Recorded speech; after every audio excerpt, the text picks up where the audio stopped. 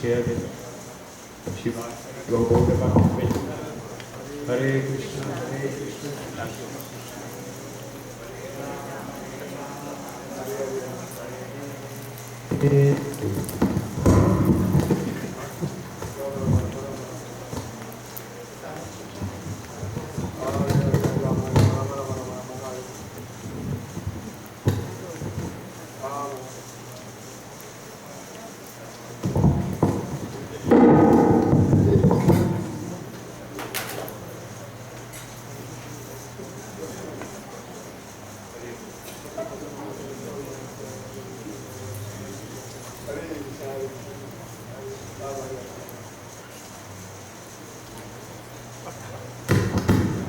Hare Krishna, Krishna, Krishna.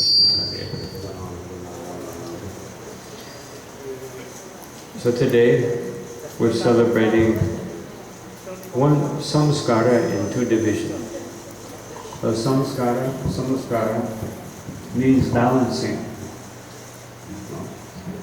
Otherwise, balancing the karmic situation. Our karmic situation is that we accept these samskaras, these different reformatory activities, to correct that which, to better our chances to become servants of Krishna, eternal servants of Krishna, Krishnera Nityadam. In Bhagavad Gita, Krishna says that most people, they do samskaras for another purpose. And that purpose is that sarva kama, swarga loke. They want to go to swarga loka. And janma karma palapranam. And they want to enjoy a better birth, better material circumstances. Just like when I was young, we used to see these images of heaven. It would be like everybody was the same.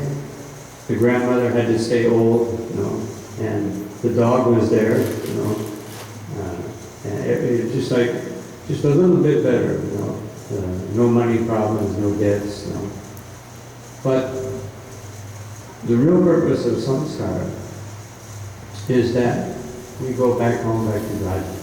But because everybody doesn't want to go back home, back to God, then there's samskaras for getting better birth, for getting this and getting that, get a good wife, get a good husband. Nowadays people don't even want that, so practically speaking, samskaras have become outdated. But Srila Prabhupada said the purpose of our Krishna consciousness movement is to revive the Vedic society.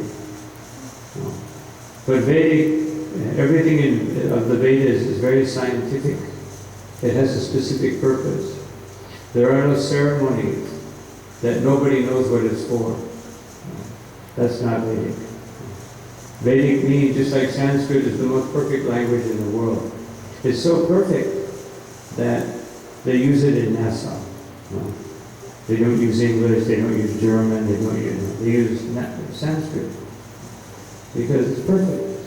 So it is the language of communication, Devanagari, to communicate spirituality.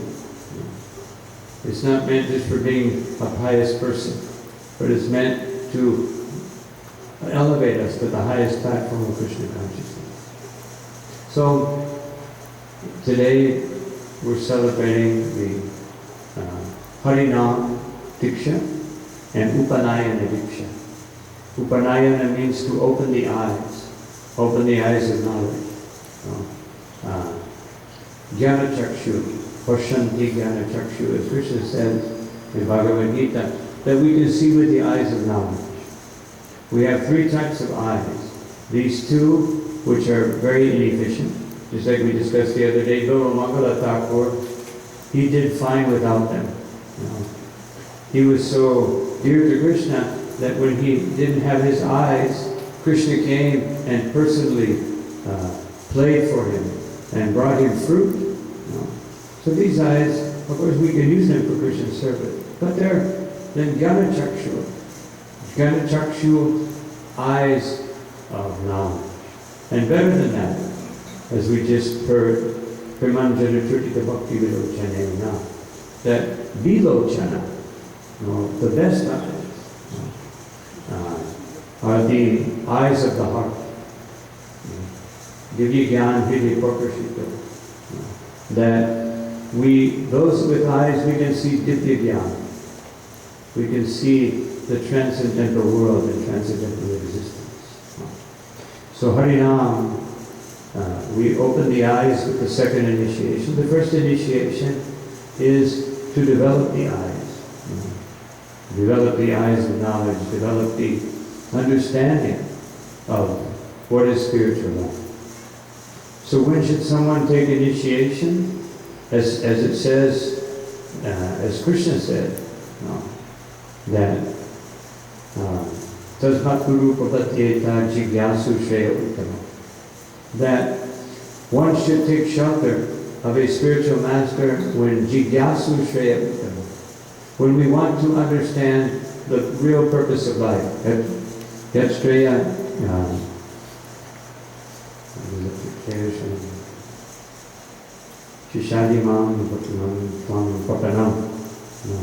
that Astreya Shanishtitam Bruhitam me. Arjuna said to Krishna that, please tell me what is the most important thing in life. Is the essence of our existence. Why are we here? As Sri Sanatana Goswami asked Sri Chaitanya Mahaprabhu, everyone considers me to be very intelligent. I know so many languages. I know so many scriptures.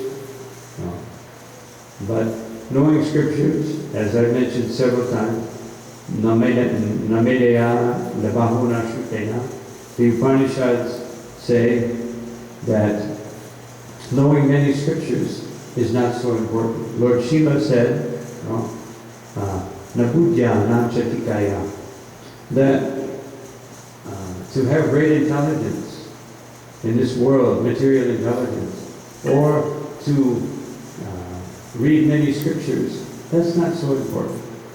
But we have to know the essence of all scriptures. Vedaishta Sarvaya Rahameva Vedyo. Krishna himself said, I am the purpose of the Vedas. So, Sambandha, first initiation means Sambandha. Actually, second initiation also is in the category of Sambandha, knowing Krishna, knowing my relationship with Krishna. Then once we understand that relationship, then Abhideya. Then how can I serve Krishna constantly? Nityam Bhagavata Sevaya, Syan Mahat Sevaya Vipra. How do we know it? How do we get this understanding and this taste for Vasudeva Kata Ruchi? How do we get the taste for Kata Ruchi? The taste for hearing about the Supreme Lord. Syan Mahat Sevaya Vipra. By serving the devotees of the Lord. So everything in bhakti and means service. And this initiation means that I'm not getting some beads or neck bead or so these are all external. But what am I getting? I'm getting the understanding that my life is only for serving Krishna. Nothing else. Everything else is simply maintaining the body. Everything we do in this world, whether you be a nuclear physicist, or whether you be a psychologist, psychiatrist, poet, musician, whatever, it's just for maintaining this body, unless it's for glorifying Krishna. Those are the only things that a Vaishnava has to do. Glorify Krishna and do something to maintain his body. Whether it be becoming the president of Trinidad, or prime minister, but still, that's all just maintaining my body and some other bodies. That's what we do. We maintain our body, and in family life we maintain other bodies. And then we have to put up with other minds, which is sometimes very difficult. One mind is enough. What to speak of 3 or 6 or 9 minds? It's a minefield. So we should request the devotees to really understand what they're doing today. This is not graduation ceremony. This is the opportunity to formally, to promise. This is a promise. This is a brata. This is a promise to Krishna. I am going to serve you. And now I'm getting the opportunity from a Vaishnava, from some devotee, or from the Vaishnavas, to be able to do so. Otherwise we can't serve Krishna. As I mentioned many times, the most popular religion in the world nowadays is do it my way. Worship God my way, however I want it to be. But how far can my intelligence reach? How much can I understand about anything? When Krishna is the source of all knowledge.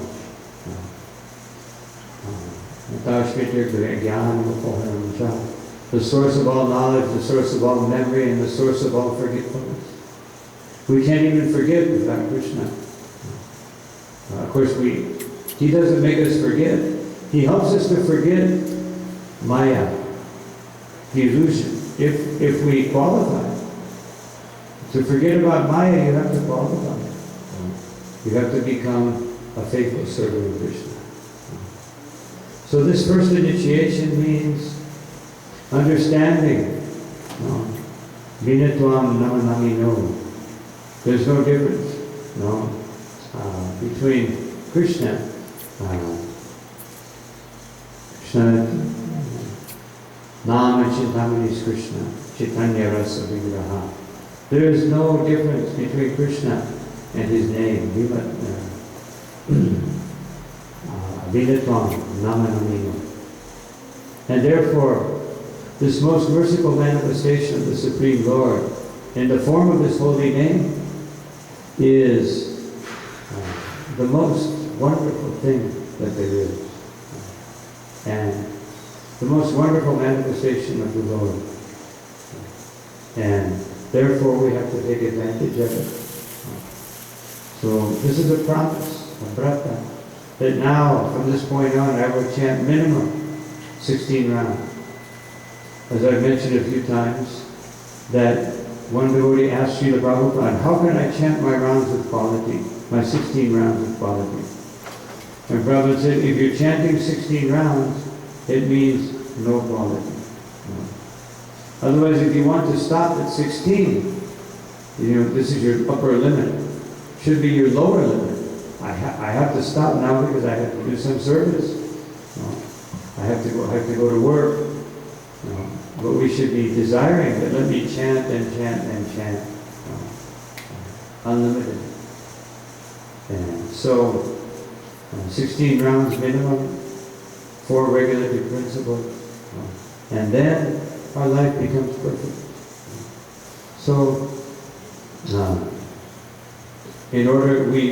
I'm just going to briefly mention the 10 offenses that one must avoid in chanting the holy name. Must avoid means at least, as the Papa Purana says, that namaparaditano, that if you somehow or another you're committing offenses against the holy name, then you must be free from those offenses. Avishanti prayuktani. You have to be constant in your chanting, and you have to always keep the holy name in your heart. And then your chanting will become successful. Even if there is some offense, but we should try to avoid them. Trying to avoid them means every time we chant, we try to chant with more sincerity, more attention. So, the first offense, to blaspheme those devotees who have dedicated their lives. Because envy is the attitude that brings us into the material atmosphere. We have to avoid that offense, we have to be free from envy. We have to give up our envious. We're all envious. Otherwise we wouldn't be here. No. Nobody is here today because the only thing they wanted to do was serve Krishna, therefore they came to the material world. That's not the reason for coming. The reason is that we're envious of Krishna. So we have to give up that envy. And the way we give it up is to not be envious of any of Krishna's parts and parcels. You may not like someone. You may not like the way they do something. You may not agree with their social, political, economic policy. But we should respect them. Therefore, Chaitanya Mahaprabhu, which Krishna Das Kaviraj Goswami says is the garland that everyone should wear around their neck. Trinadavi Sunichena Tororiva Sikshuna Amanina Manadena Amanina. I don't disrespect anyone. To not disrespect anyone means I understand I'm the insignificant servant of Krishna. And Manadena. And I respect everyone. They are all spirit souls. They are all Jivatma. They are all Mahatma. Just that they're covered over. So I respect them all. And then the second event, that to understand that the name of Krishna is supreme. Just like Krishna is supreme among all devas. No one has so many leelas as Krishna, so many pastimes. Nobody has so much power as Krishna. Nobody has so much beauty and sweetness as Krishna. So just as Krishna is supreme, his name is supreme above all other names. And so therefore, we always recommend everyone just chant Krishna's name. Harinam, Harinam, Harinam, Eva, Kevalam, Karo, Nashteva, Nashteva, Nashteva, Nashteva, Nashteva. And so the third offense, to disobey the indications of the spiritual master. The very thing we're doing today is saying, previously I was using my intelligence to distinguish who is qualified to be the spiritual master. From this point on, I will use my intelligence to obey. Find out the way how I can obey Sri Guru and Gauranga. And the fourth offense, blaspheme Vedic literature, which essentially means if we don't follow Bhagavad Gita, we don't follow Srimad Bhagavatam, we don't follow Bhakti Rasamrita Sindhu. We may not have the experience to follow perfectly, but we should be trying to follow. Otherwise we will commit the fourth offense. Fifth offense, to consider the holy name, the glories of the holy name as imagination. To think that Sri Narada Muni, all these great sages, were just sitting around spinning stories, making up some story to tell everyone so they would behave. As if Narada Muni doesn't have anything better to do. Or Shukadeva Goswami, or all these great personalities, Maitreya Rishi. They all were speaking the absolute truth. But because of our limited intelligence, because we can't perceive of the greatness of the Supreme Lord and how He manifested so many different ways, Ananta Rupam, then we think that, oh, this must be mythology. So, the real mythology is my daydream of material existence. That's mythology. Because it will disappear. It's all a dream. Everything I'm doing in this material world except serving Krishna is a dream. And then give interpretations to the holy name. Well, it really means this, or it's really for this, or it's for accomplishing this purpose. No, it's for glorifying Krishna. And then to commit sinful activities and think I'll wipe them out. Like the holy name is some kind of cleanser. I just scrub out my sinful activities and start over again. Or an eraser on the blackboard of karmic existence. It is an eraser. But once you erase, you don't put more, otherwise they will come in the form of offenses. A devotee has the advantage that if they stick to the process of Krishna consciousness. And at least if they maintain their faith in Krishna, there's no more karma. But there can be aparad. And aparad can be more devastating than karma. Because it can uproot our devotional service. Then the 8th offense, to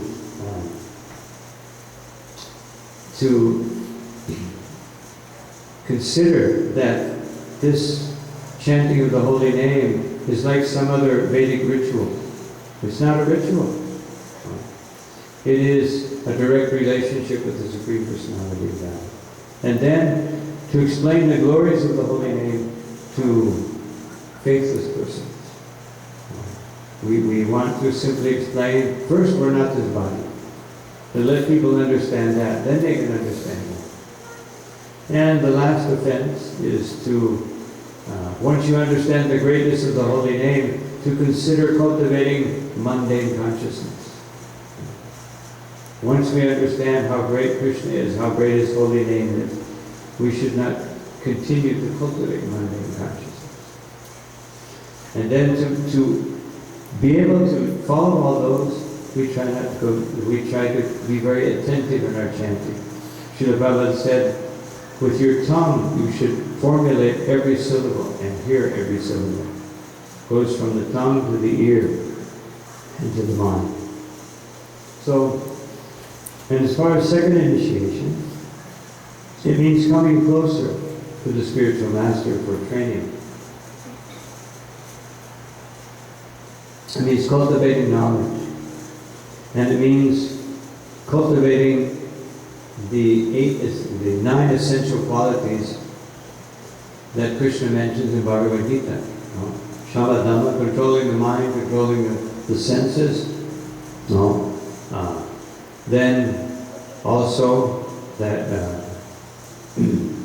one should be austere, one should be very clean, one should cultivate, one should be arjava, should be very non-duplicitous, and one should be very forbearing, forgiveful. One should cultivate knowledge. One should understand the purpose of knowledge, the end of knowledge. And ashtikam, one should do everything religiously. Understand that the spiritual purpose behind everything, including our daily activity. We should understand that all those activities should ultimately be ante narayana smriti. Everything has the end purpose of remembering Narayana, remembering Krishna. And so there's other qualifications of Brahman. The most important one is to be humble. Not to think, now I have Brahman initiation, I can be the first one in line. No. It means I should be the one that's serving everyone else. Because I understand, I have deeper understanding that I am a servant. No. So this is what it means to be Brahman, second initiation, Diksha.